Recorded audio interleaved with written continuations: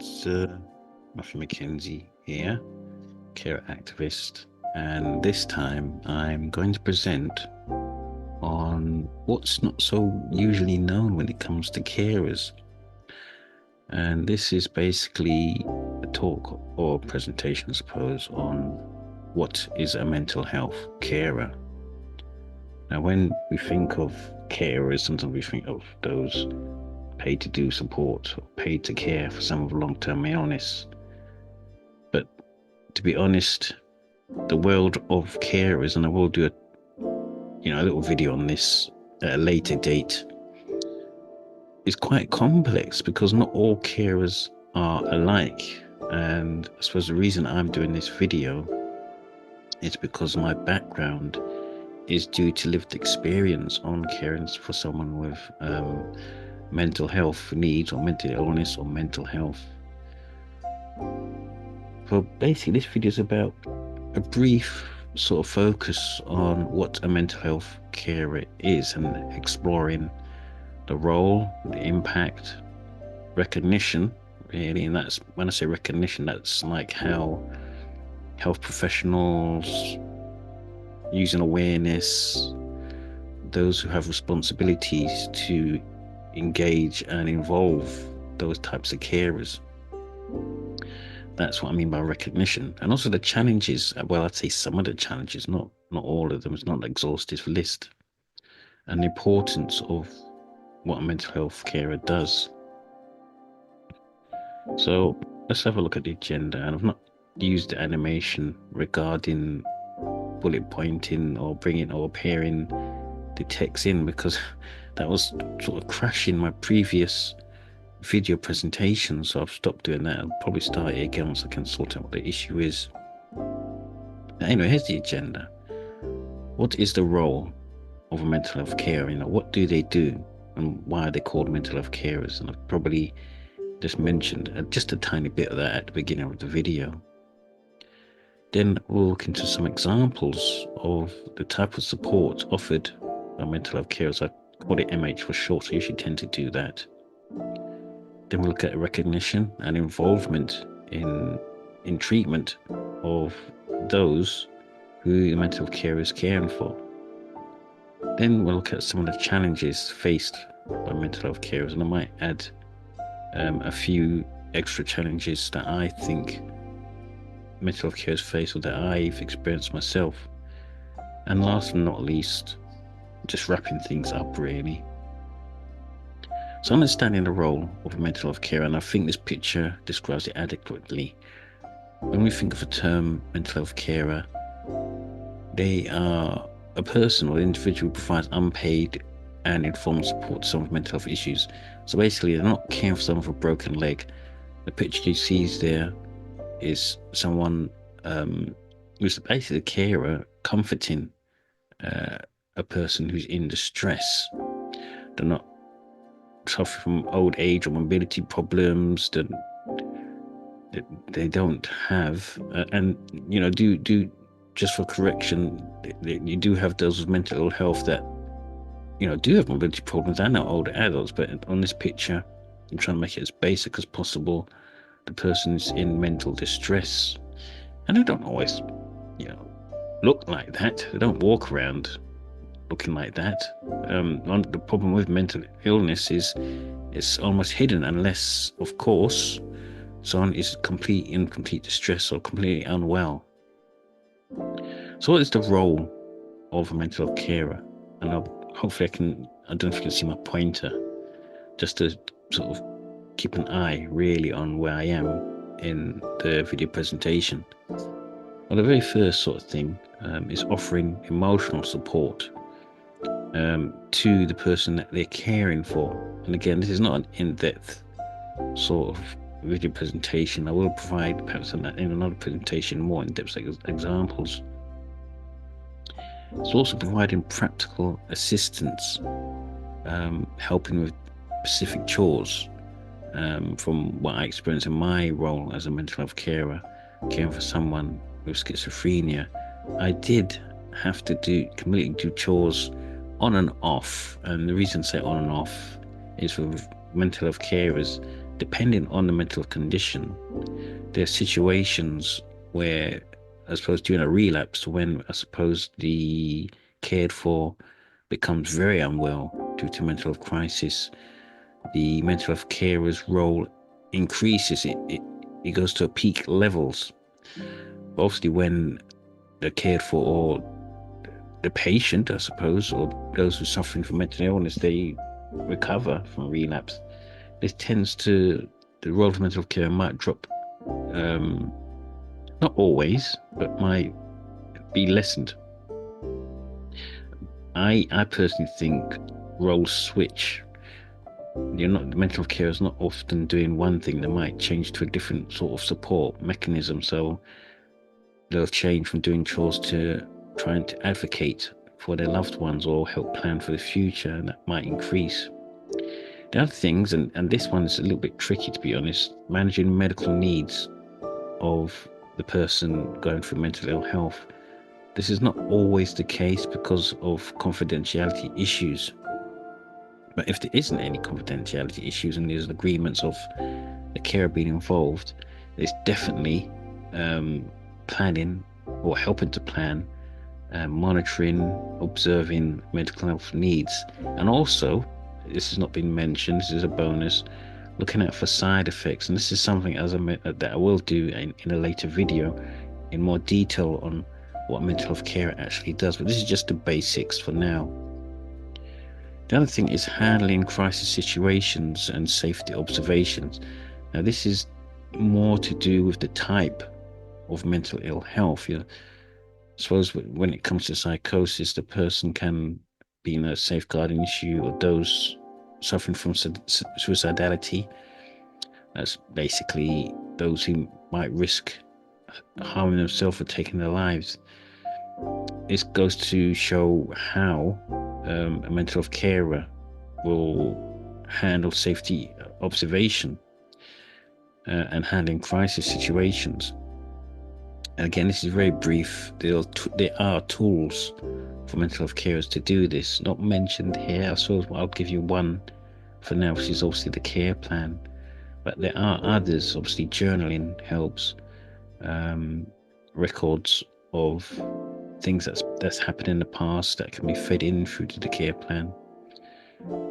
The other thing, as I've already just mentioned, is advocating for the person in need. That's basically being the person suffering from, or living, not suffering, but living with a mental health condition. And I'll give you some examples again. It could be OCD, obsessive compulsive disorder. Look on my other videos if you want a bit more information on different types of mental illness. So it could, as I said, OCD, bipolar, self-harm, forms of schizophrenia, psychosis, dementia, those sort of things, and a whole lot more. So the reason why there's a heavy need for the mental health care to advocate for someone going through mental ill health is because there might be lack of insight. Well, I would say there probably is a lack of insight at times when there is a crisis for the mental health patient. And again, I stress and I'll repeat this, it depends on the mental health condition. Some conditions need a whole lot more support from the mental health carer than other conditions. So you'll be advocating for the person mainly on what support they need and planning for the future, not just for themselves, but for yourself as well. So the importance of mental health carers, and again, this is really brief, there's a whole lot more than what I've mentioned, is acknowledging the crucial role in recovery and management of the mental health condition. The key word here is recovery and management. Mental health carers play a key role. They should be engaged with and communicated with, and at times, it's not always possible, at times given information regarding the situation of their loved ones, which is obviously in the agreement of the person that they care for. And most of the times, it usually isn't okay. I'm very surprised if there was a majority of mental health carers not included in their loved one's care. I'll give you a tip if you are caring for someone with mental illness. Be persuasive and prompt when you do engage situations that you feel that you're not involved because of confidentiality. Prompt and remind professionals about the reasons on your role as a mental health carer. And an impact, I suppose, is on mental health care is that they often sacrifice their own well-being for the care of others, well, the care of the person that they're caring for. And there's a number of reasons for this. So obviously, one of the reasons, if there's a relapse, everything probably goes up in the air, especially if there wasn't much of an emergency plan regarding this. Hence, a relapse or someone self-harming, and they actually did self-harm, and it's getting worse. The mental health carer's role kicks in even more as they seek to escalate the safety situation due to safety observations of their loved one. Things should kick into plan. But the problem is, if this is a long-term situation where services are not that sort of responsive to the cared for, then this is when sacrifices to the own well-being of the carer becomes more apparent, as they're almost waiting on call, trying to steer their loved ones out of harm and still trying to advocate for them. So examples of support offered by mental health carers, and there are times when I just put MH, I suppose that's me being lazy. Emotional support is definitely one of the things. You provide consistent encouragement, depending on the illness, depending on the mental health condition. Encouragement to seek support, reassurance, trying to form an understanding of that mental health condition, and also trying to help the patient try and understand, or their loved one, to understand their own condition. So there's a lot of emotional support. One big problem, and there's several problems, but one of the biggest problems regarding emotional support is the knowledge and skill required to help support someone with a specific mental health condition. As I mentioned earlier, they're not trained to provide support to someone with a broken leg. This is something carers develop over time with the support of the mental health professionals, who rightly so should be given information. This is not a confidentiality issue. Should be given some information on the condition. Or there may be times when a loved one might still push back and say, I don't really want the family to know about my condition. But some things, might be down to common sense by how you see your loved one act. If it's addictions, you might obviously see paraphernalia around regarding that. So some of it makes more sense. But when it's psychosis, that's when it gets more tricky. You also got the internet anyway. Common sense regarding emotional support. Obviously, you're on the internet now watching this video, so certainly use a bit of common sense. But there should really be information provided to the carer or mental health carer regarding those conditions. Otherwise, how on the earth they're going to care for someone without knowing what it is and knowing what sort of things they can use to help support them.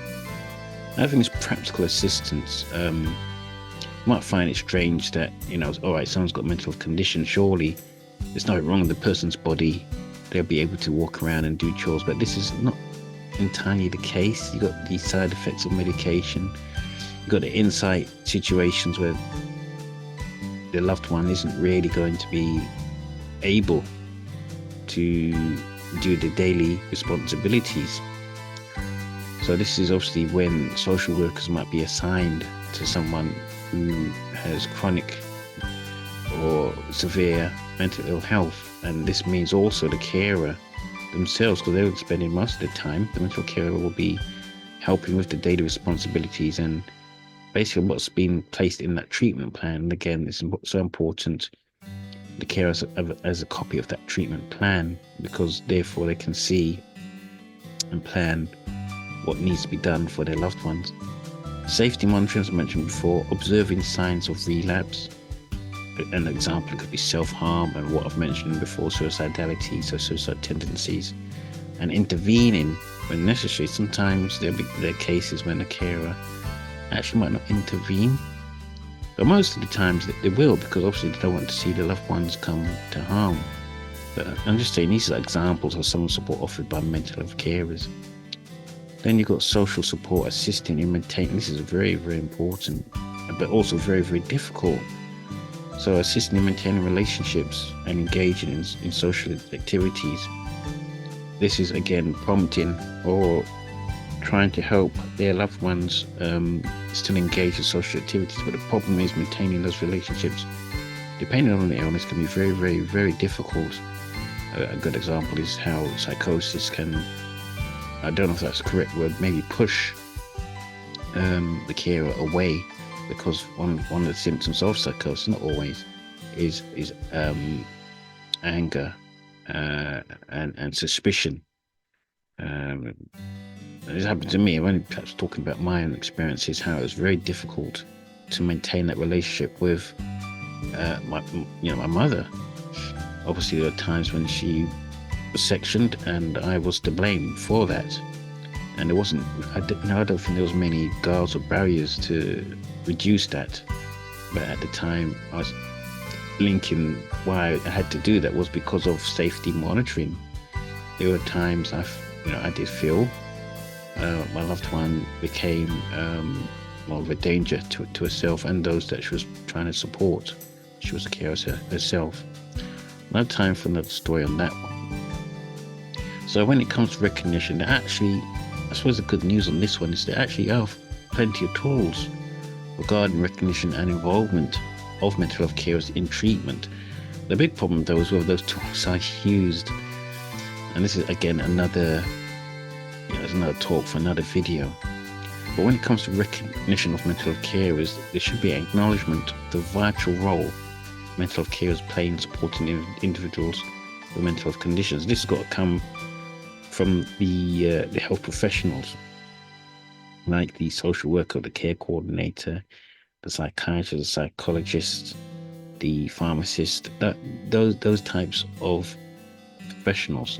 Or you've got an improved mental health professional, AMP, care support officer. There was especially the care support officer who is basically there to help mental health carers with information, educating themselves on their roles and responsibilities. Also, there's supposed to be recognition on mental care when what they do is provide formal recognition of the unpaid carer in the caregiving role that they offer. So that's quite important regarding mental health carers. And involvement in treatment. One thing mental professionals need to take notice of is they must ensure mental health carers are actively included in treatment discussions and decisions.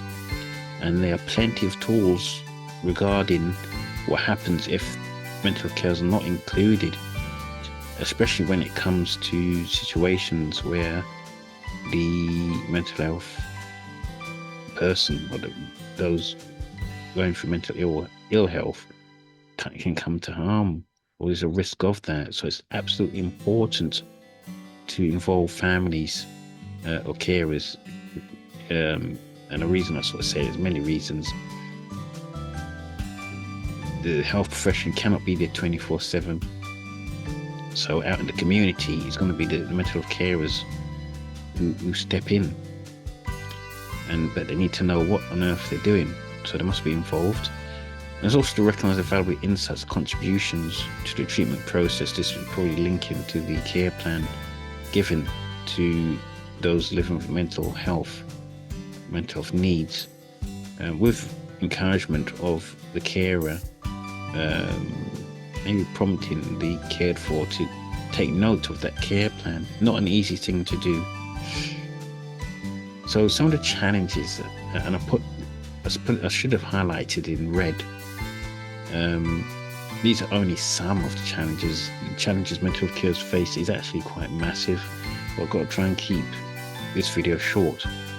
The biggest one is emotional strain, dealing with the unpredictable nature of mental illness. You don't know what's coming around the corner, but you do know there's always a risk that person's going to relapse, and you're just wondering, how bad will it be? Will I face a situation where it's too late, and there's a time limit, you're thinking to yourself, when is this going to happen? In a week, 2 weeks, a month, 2 months. The sheer strain on mental health carers who are trying to support their loved ones is immense. You're not sure what you're dealing with and how often it will be and whether it will be too late. But at the same time, you're trying to also sustain that relationship with your loved one, because if that breaks down, there's a risk of becoming not so involved in their care, and that leads on to another risk, where that loved one becomes at risk themselves, because the social circle is gone, so that leaves the family, and then that leads to professionals, but the professionals are not always going to be there, and of course professionals have to worry about other patients. So the strain of often feeling helpless, anxious. I will do a little video regarding dealing with anxiety, dealing with loneliness, isolation, anger. And just to mention, anxiety is just one of the types of emotional strain mental health carers experience. I did also just mention isolation. Carers may feel alone. The reason they feel alone is when someone is going through mental illness. They relapse in, and it's they're at home and the carer's at home with them. You're gonna feel alone, obviously, because what's the role that was mentioned earlier? Observation. You're observing. You're trying to observe and make sure that that person feels safe. But that's a long role. And if the person doesn't live with the carer, then that's back to your emotional strain. But you're still trying to observe and check for signs of any forms of relapse, or when things take a downturn. And I've put there, especially if that cared for doesn't even have a strong support network, and I'm talking about friends or peer supporters or other forms of family. If they have dropped out of that support network, it leaves just that one carer. And also they can't share the challenges. This is a big one, because of stigma. So not only you're struggling with carer stigma because your identity of being a mental health carer, unfortunately the way it stands, society still has stigma regarding mental illness. Others might laugh at the situation that someone with psychosis, or someone going through psychosis, is dealing with. They'll target them. Not only will they target them, they probably will target the carer. It's not just those who don't understand mental health stigma. You've got problems at work, you've got problems in education, you've got problems in society at large. Those may view those with mental health as dangerous. You might not understand them, might blame the carer, saying that the carer isn't doing anything. So, challenges are very, very problematic. Not just stigma, other things as well. There's situations where carers will, unfortunately, because they're sacrificing their own time, especially when they lost and relapse, but sacrifice their own mental, physical, and emotional needs to care for someone else. And this is not always something that should happen, but the reason it happens, and the number one reason, is lack of resources out in the community or in the hospital. That's why carers often have to step in, and have to step into such a point it's almost a sacrifice. So again, goes back to acknowledging and recognizing the role mental health carers face, because if there's no acknowledgement of that, then carers will continue to sacrifice. Not often the carer's fault, and sometimes a little bit of education, this can be managed, but again, this really boils down to lack of resources. You've also got financial. I've went through this a lot. Some carers, and I've done in the past, may have to reduce work hours or even actually leave their jobs to provide full-time care. Again, it depends on the mental health condition. The other times is, I suppose, if the patient or the cared for was the breadwinner and they developed mental ill health, this can also be a problem. It can lead to financial hardship.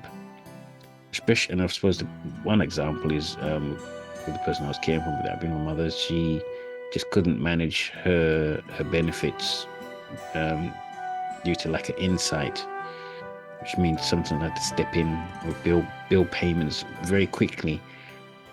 Certain care plans just wasn't there to protect this. So the conclusion really, and sorry if I went on fairly long regarding this important topic, because that's part of my background, raising awareness of mental health carers. I might jump on to the focus on cancer caregivers. I've had experience of cancer caregiving, but I'm really known for mental health carers.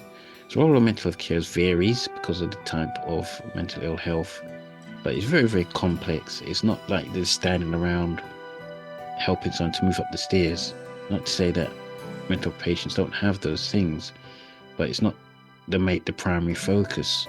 It's very complex because mental illness or severe mental illness is very complex, requires high level forms of psychotherapy, and we all know at this point in time psychotherapists are lacking.